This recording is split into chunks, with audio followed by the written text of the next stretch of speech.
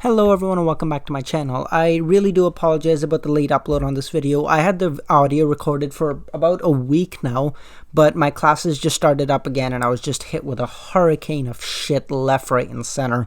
It's bloody horrible. God, I wish summer's back again, but nonetheless, let's get into our topic, shall we? Yuno. Yuno is an orphan who was left in front of a church in a village called The Hague along with Asta. He spent his childhood in said church, growing up with the other orphans, including Asta. And Yuno portrays himself as a emotionless and calm young man, which is a far cry from what he was as a child. As a child, he was, the best word for it, he was a crybaby. He would not stop crying over any little thing when any adversity faced him, such as when a thug tried to take away a necklace that Yuno was dropped off at the church with, which made into a possible royal lineage, but that part is just conjecture from me. It's not been confirmed as of this recording. Just pointing that out. Okay. So when a thug tried to take away the necklace, so he could sell it for money, presumably, Asta stepped in and forced the thug to return it, and that was the exact moment when Yuno decided to stop crying and became determined to take Asta's dream to become the Magic Emperor as his own as well. And Yuno and Asta trained from time to time as children to sharpen their abilities.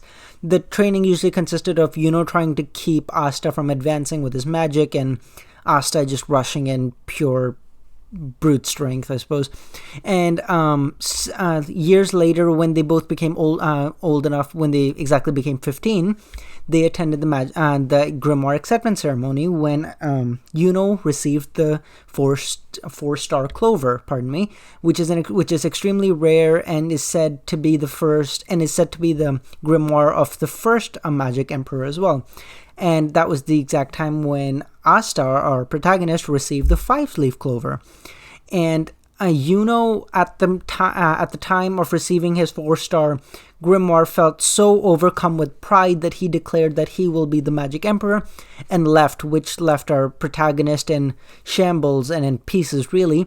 However, later that very day, Yuno is confronted by a former Magic Knight by the name of Revchi, who tried to snatch his grimoire so he could sell it on the black market. And once again, Asta stepped in to save him, which prompted Yuno to clarify that he is indeed his emperor, and they shall both fight over the title of Magic Emperor.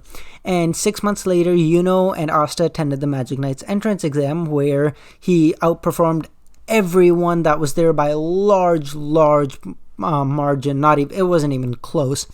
And so he was invited into the Golden Dawn. The Golden Dawn is the strongest of the Magic Knight squads, and they were believed to have only accept royalty. However, they accepted Yuno due to his incredible skills.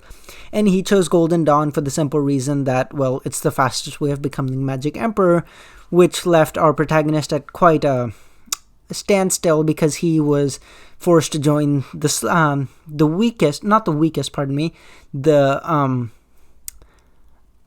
what's the right word for it? The most looked down upon of the Magic Knight squads. I can't really call them weak because I don't think there's anyone among us that would call Yami weak. That'd be bloody insanity.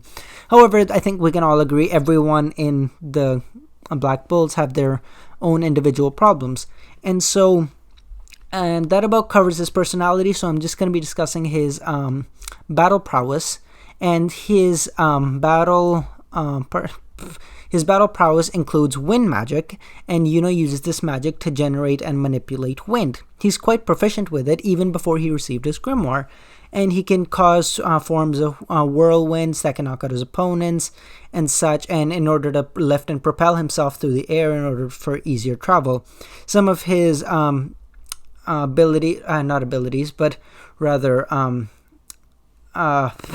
what's the name for it? Some of his spells, thank you, my god, I'm having a stroke. Some of his spells include Towering Tornado, Gale Wind, Gale White Bow, Crescent, Kamitachi, and a few others that I'm not going to mention because their names are in Japanese and it's a bloody horrendous pronunciation on my part, so not going to go there. And he can also use creation magic in order to shape objects and entities from the wind, such as being able to create a sort of arc in order to lift him and his opponent and his allies through areas where there's no ground. And he also has the wind spirit, Sylph.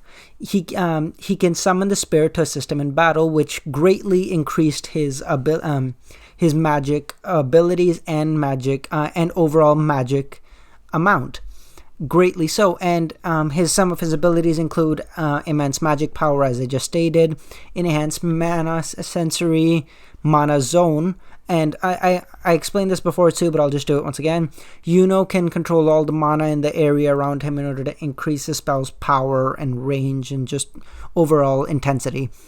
Spirit absorption. By combining mana zone with the refinement of the mana skin, Yuno merges with Sylph and a vast amount of mana, increasing his magic power and partially transforming him.